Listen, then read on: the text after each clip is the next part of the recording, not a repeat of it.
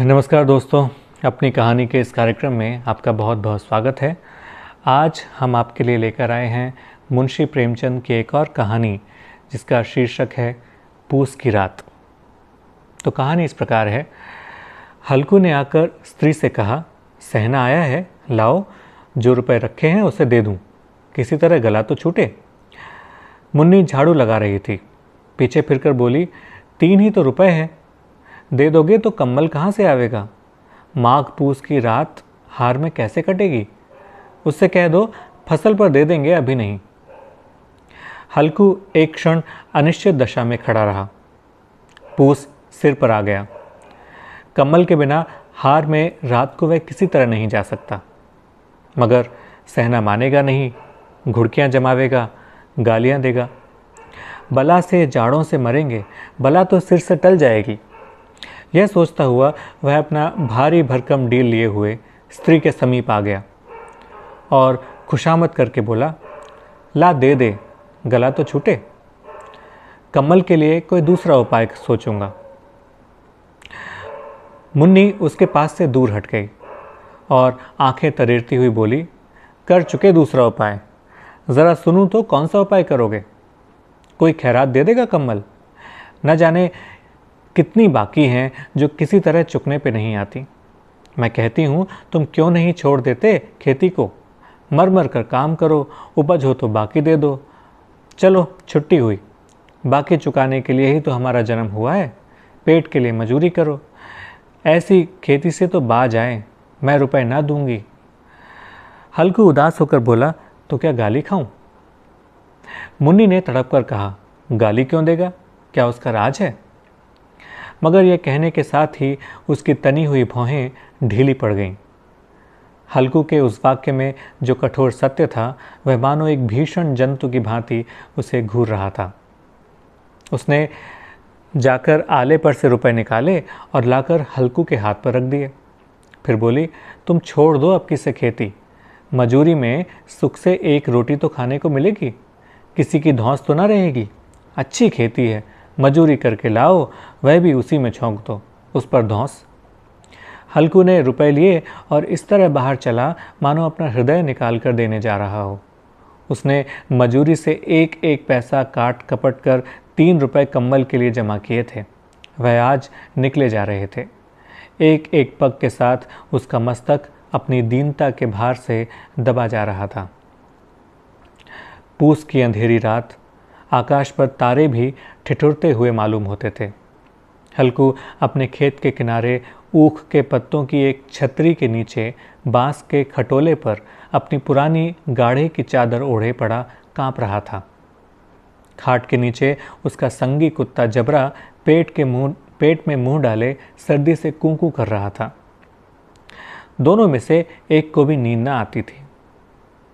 हल्कू ने घुटनियों को गर्दन में चिपकाते हुए कहा, क्यों जबरा, जाड़ा लगता है? कहता तो था घर में पुआल पर लेट रहे, तो यहाँ क्या लेने आए? अब खाओ ठंड, मैं क्या करूं? तुम जानते तो थे मैं यहाँ हलवा पूरी खाने तो आ नहीं रहा, दौड़े दौड़े आगे चले आए, अब रो नानी के नाम को। जबरा ने पड़े पड़े दुम हिलाई और अपनी कूकू को दीर्घ बनाता हुआ एक बार जम्हाई लेकर चुप हो गया। उसकी श्वान बुद्धि ने शायद ताड़ लिया कि स्वामी को मेरी कूकू से नींद नहीं आ रही है। हल्कू ने हाथ निकालकर जबरा की ठंडी पीठ सहलाते हुए कहा, कल से मत आना मेरे साथ, नहीं तो ठंडे हो जाओगे। यह पछुआ न जाने कहाँ से बर्फ़ लिए आ रही है। उठूं फिर एक चिलम भरूं, किसी तरह रात तो कटे। 8 चिलम तो पी चुका, यह खेती का मज़ा है। और एक एक भगवान ऐसे पड़े हैं जिनके पास जाड़ा जाए तो गर्मी से घबरा कर भागे। मोटे मोटे गद्दे, लिहाफ, कम्बल, मजाल है जाड़े का गुजार हो जाए। तकदीर की खूबी, मजूरी हम करें, मज़ा दूसरे लूटें। हल्कू उठा, गड्ढे में से ज़रा सी आग निकाल कर चिलम भरी। जबरा भी उठ बैठा। हल्कू ने चिलम पीते हुए कहा, पिएगा चिलम?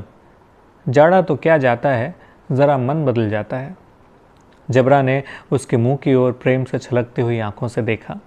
हल्कू, आज और जाड़ा खा ले। कल से मैं यहाँ पुआल बिछा लूँगा, उसी में घुसकर बैठना, तब जाड़ा ना लगेगा। जबरा ने अपने पंजे उसके घुटनियों पर रख दिए और उसके मुंह के पास अपना मुंह ले गया। हल्कू को उसकी गर्म सांस लगी। चिलम पीकर हल्कू फिर लेटा और निश्चय करके लेटा कि चाहे कुछ भी हो, अब की सो जाऊंगा। पर एक ही क्षण में उसके हृदय में कंपन होने लगा। कभी इस करवट लेटता, कभी उस करवट, पर जाड़ा किसी पिशाच की भांति उसकी छाती को दबाए हुए था। जब किसी तरह ना रहा गया तो उसने जबरा को धीरे से उठाया और उसके सिर को थपथपाकर उसे अपनी गोद में सुला लिया। कुत्ते की देह से जाने कैसे दुर्गंध आ रही थी, पर वह उसे अपनी गोद में चिपटाए हुए ऐसे सुख का अनुभव कर रहा था जो इधर महीनों से उसे न मिला था। जबरा शायद यह समझ रहा था कि स्वर्ग यही है, और हल्कू की पवित्र आत्मा में तो उस कुत्ते के प्रति घृणा की गंध तक न थी। अपने किसी अभिन्न मित्र या भाई को भी वह इतनी ही तत्परता से गले लगाता। वह अपनी दीनता से आहत न था जिसने आज उसे इस दशा को पहुंचा दिया था। नहीं, इस अनोखी मैत्री ने जैसे उसकी आत्मा के सब द्वार खोल दिए थे और उनका एक एक अणु प्रकाश से चमक रहा था। सहसा जबरा ने किसी जानवर की आहट पाई। इस विशेष आत्मीयता ने उसमें एक नई स्फूर्ति पैदा कर दी थी, जो हवा के ठंडे झोंकों को तुच्छ समझती थी। वह झपट कर उठा और छपरी से बाहर आकर भौंकने लगा। हल्कू ने उसे कई बार चुमकार कर बुलाया, पर वह उसके पास न आया। हार में चारों तरफ दौड़ दौड़ कर भौंकता रहा। एक क्षण के लिए आ भी जाता तो तुरंत ही फिर दौड़ता। कर्तव्य उसके हृदय में अरमान की भांति ही उछल रहा था। 1 घंटा और गुजर गया। रात ने शीत को हवा से धधकाना शुरू किया। हल्कू उठ बैठा और दोनों घुटनों को छाती से मिलाकर सिर को उसमें छुपा लिया। फिर भी ठंड कम न हुई। ऐसा जान पड़ता था सारा रक्त जम गया है, धमनियों में रक्त की जगह हिम बह रहा है। उसने सिर झुकाकर आकाश की ओर देखा। अभी कितनी रात बाकी है? सप्तऋषि अभी आकाश में आधे भी नहीं चढ़े। ऊपर आ जाएंगे तब कहीं सवेरा होगा। अभी पहर से ऊपर रात है। हल्कू के खेत से कोई एक गोली के टप्पे पर आमों का एक बाग था। पतझड़ शुरू हो गई थी। बाग में पत्तियों का ढेर लगा हुआ था। हल्कू ने सोचा चलकर पत्तियां बटोरूं और उन्हें जलाकर खूब तापूं। रात को कोई मुझे पत्तियां बटोरते देख तो समझे कोई भूत है। कौन जाने कोई जानवर ही छिपा बैठा हो, मगर अब तो बैठे नहीं रहा जाता। उसने पास के अरहर के खेत में जाकर कई पौधे उखाड़ लिए और उनका एक झाड़ू बनाकर हाथ में सुलगाता हुआ उपला लिए बगीचे की तरफ चला। जबरा ने उसे आते देखा तो पास आया और दुम हिलाने लगा। हल्कू ने कहा, अब तो नहीं रहा जाता जबरू, चलो बगीचे में पत्तियां बटोर कर तापें। टाँठे हो जाएंगे तो फिर आकर सोएंगे। अभी तो बहुत रात है। जबरा ने कूं-कूं करके सहमति प्रकट की और आगे आगे बगीचे की ओर चला। बगीचे में खूब अंधेरा छाया हुआ था और अंधकार में निर्दय पवन पत्तियों को कुचलता हुआ चला जा रहा था। वृक्षों से ओस की बूंदें टप टप नीचे टपक रही थीं। एकाएक एक झोंका मेहंदी के फूलों की खुशबू लिए आया। हल्कू ने कहा, कैसी अच्छी महक आई जबरू, तुम्हारी नाक में भी तो सुगंध आ रही है। जबरा को कहीं ज़मीन पर एक हड्डी पड़ी मिल गई थी, उसे चिंचोड़ रहा था। हल्कू ने आग ज़मीन पर रख दी और पत्तियां बटोरने लगा। ज़रा देर में पत्तियों का ढेर लग गया। हाथ ठिठुरे जाते थे, नंगे पांव गले जाते थे और वह पत्तियों का पहाड़ खड़ा कर रहा था। इसी अलाव में वह ठंड को जलाकर भस्म कर देगा। थोड़ी देर में अलाव जल उठा। उसकी लौ ऊपर वाले वृक्ष की पत्तियों को छू छू कर भागने लगी। उस अस्थिर प्रकाश में बगीचे के विशाल वृक्ष ऐसे मालूम होते थे मानो उस अथाह अंधकार को अपने सिरों पर संभाले हुए अंधकार के उस अनंत सागर में यह प्रकाश एक नौका के समान हिलता मचलता हुआ जान पड़ता था। हल्कू अलाव के सामने बैठा आग ताप रहा था। एक क्षण में उसने दोहर उतार कर बगल में दबा ली, दोनों पांव फैला लिए, मानो ठंड को ललकार रहा हो।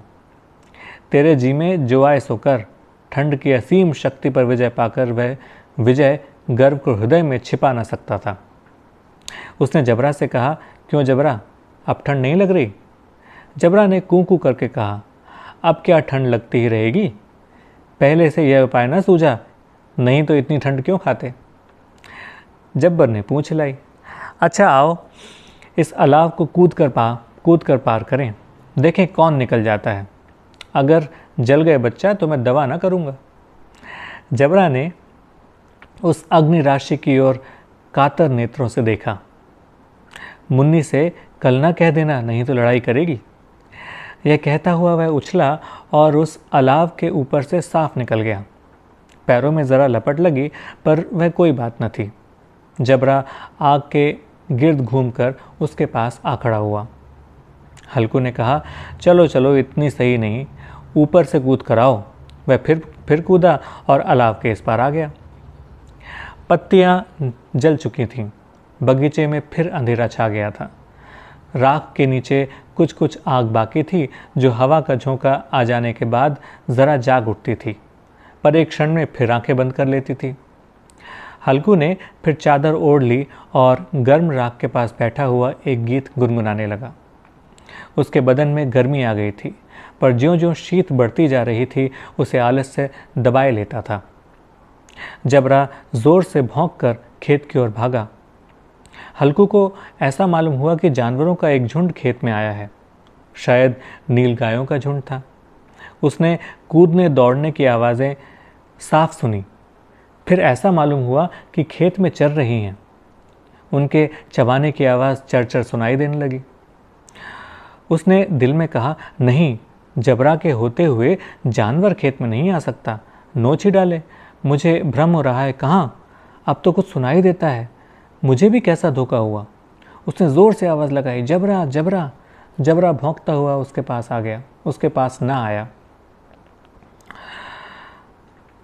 फिर खेत में चरे जाने की आहट मिली।